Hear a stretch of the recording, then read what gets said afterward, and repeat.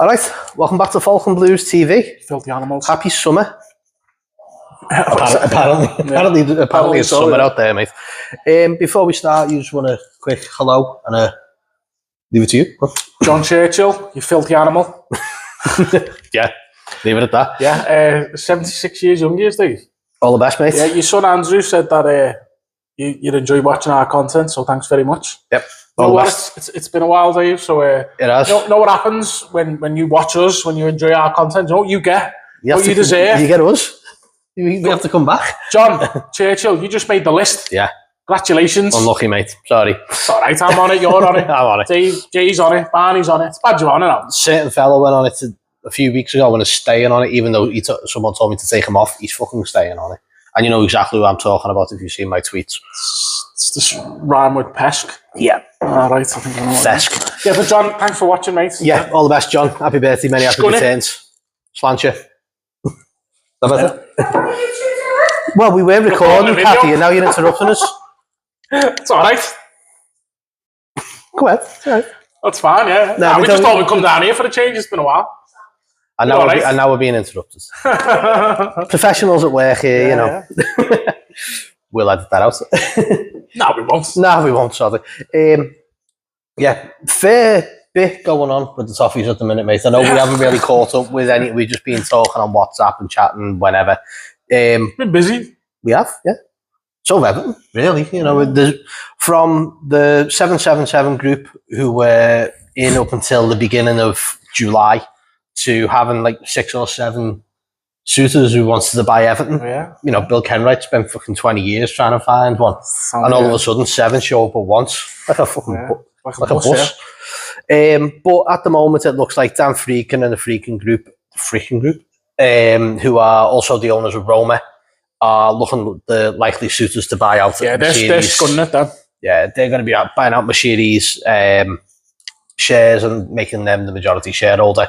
Personally, yeah, let's do it. I think, you know, we're in a PSR issue now where we're looking like we might have to sell players. But if these have got the way about them, like has gone on with the other things that we'll talk about in a minute, we should be safe and we shouldn't have to worry about having to offload players. Hope so. And means people aren't going to be thrown in on the value bids, which we'll get onto in a bit. But yeah.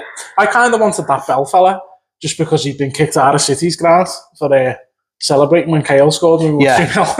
But there's also him linked with, that's MSP, isn't it? I believe so. Yeah. You know why. But that also leads us on to a couple of other things. So Everton have now been sponsored by Hewlett Packard as the Not Dell, no. Which was another one of the suitors who were trying to buy us. But you know, Hewlett Packard are now the official communications people for Bramley Moore in a deal that's going to earn us a bit more money. This one will be getting Wi-Fi at the ground. Which means we'll be getting Wi-Fi, Paul. You can relax. Yeah. You can stop worrying about trying to hog my 5G or wait for someone to send me the password for the lower glasses. Not that we've ever had that, by the way. No, we don't do anything like that. Yeah.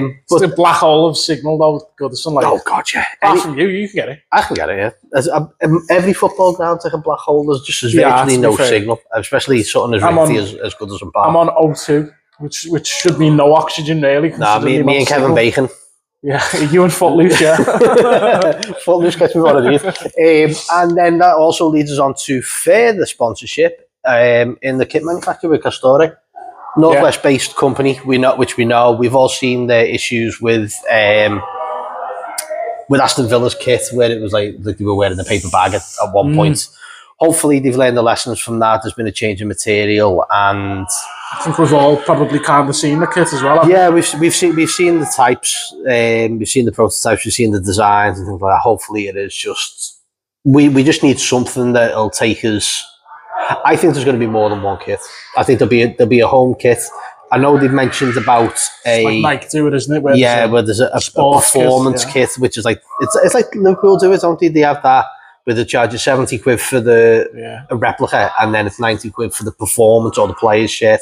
And there'll be a DH Gate special. There'll be a DH Gate special. Not that we've ever bought any of them or anything like that. No.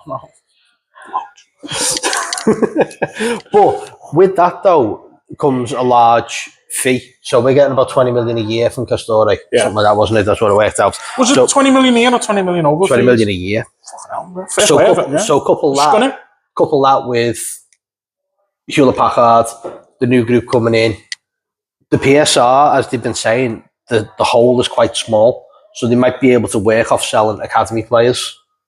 And, is there any left? Second string players. So it's going to be the likes of Maupay, it's going to be the likes of Keane, Holgate, those kind of players, those fringe players who probably aren't going to be seeing time, but will want to be playing first team football. Like you said, it's easier said than done though, isn't it? Jay made a good point about the wages some of them are on. Are they really going to want to go, especially like Holgate and stuff, Well, sometimes you just got to go where the money is, don't you? I mean, I know it's like Andre Gomez. He didn't leave until the very, very end because he was picking up 120 brick a month, a week money. So you don't blame these players for staying because we've put them on extortionate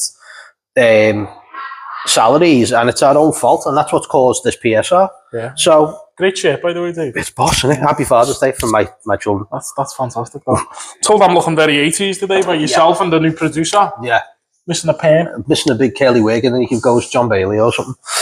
Speaking of that, we'll see that. Transfer news. So Jared Branthwaite, Man United have decided to walk away from the Jared Branthwaite deal because we want too much money. Oh, okay. Bye. See you later. Does this face look bothered? Honestly, I'd just go, lads. I couldn't give two shits. I can't remember who did it, but someone did a boss tweet where it was like, we should just bid like 20 mil from that Manu. Just say, well, yeah, that's it. It's fucking crackers. I mean, they're all saying we won't. They've called it a Man United tax. No, you've called it a fucking derisory offer. Is what we call it. Yeah, that's exactly what it is. It's not a. I mean, we all know as Evertonians because we watch him week in, week out. He's a generational talent. He really is. He's better than John Stones was at this age, at this time of his career. Yeah, and he went for 50 million. You know what I mean? And that was 8 years ago. Harry Maguire bought him for 80. And I get what they're saying. They've probably been burnt over the years with deals. It doesn't mean we have to be the well, we got to be the soft touch, exactly. So, anyway, yes, Jared Branthwaite is staying at Everton at this rate.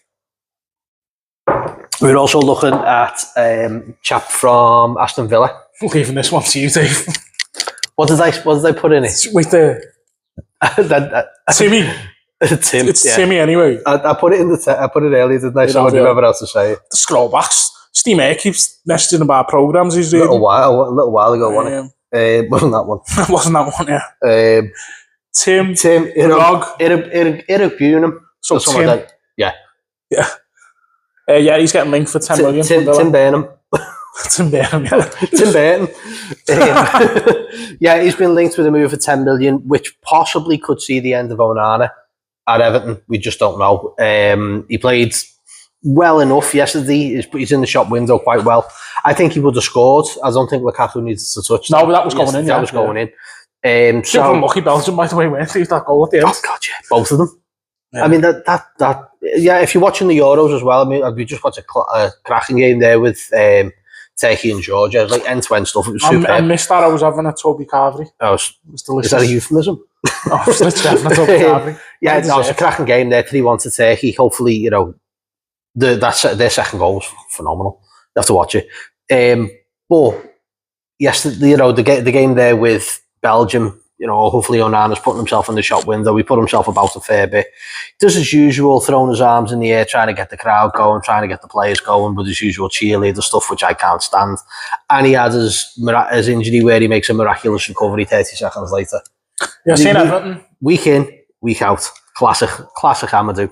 I seen Everton put the graph up saying 100% tackles, 100% something. I was just waiting for the 100% of 100% cheerleading. Yeah, and one foul. I suppose if you sold him, your PSR issues are... It's gone. It's done and dusted. Which is why we're saying that this hole isn't so great when we've got the Castore deal, the Hewlett Packard one, and everything else. So yeah, I mean, the funny thing I find about it is it's like, so on one hand it's like you've got to sell to just keep up with these sustainability deals. Can we just not do Forest approach and say, well, we're going to wait for a better value? What's more sustainable? Yeah, selling someone at a cheaper value or getting the right price for them? But you've got to sell to Man United. You know what I mean? We're $1 billion in debt. $1 billion in debt, and you know.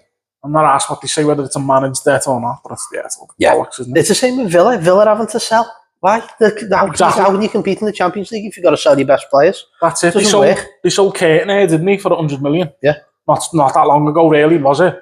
And like he's come from the youth team, so you're thinking that's 100% profit on that. Yeah. Yeah, it's crackers. It basically is just the shop window for the top six, isn't it? Of course it is. Yeah. But anyway, that's us. That's all we've got to bring you. I think we're just waiting for the moment where it gets announced that Everton have been bought out. By Dan. Freaking Dan. And the Roma crew. Hopefully, you know, we'll see a change in Everton's fortunes as a result of this. We'll see some light at the end of the tunnel. A bit more money coming into the club, especially with the new stadium coming. Where we're probably expecting to see Paul McCartney play there soon, which would be quite good. Or Taylor Swift, if you're welcome to come back. Or you can play, or you can go play in the Falcon. It's sound one or the other. Your choice. We'll tag you in and let you know. We'll give you the details. Anyway, so yeah, should we catch up later on with whatever happens in the week?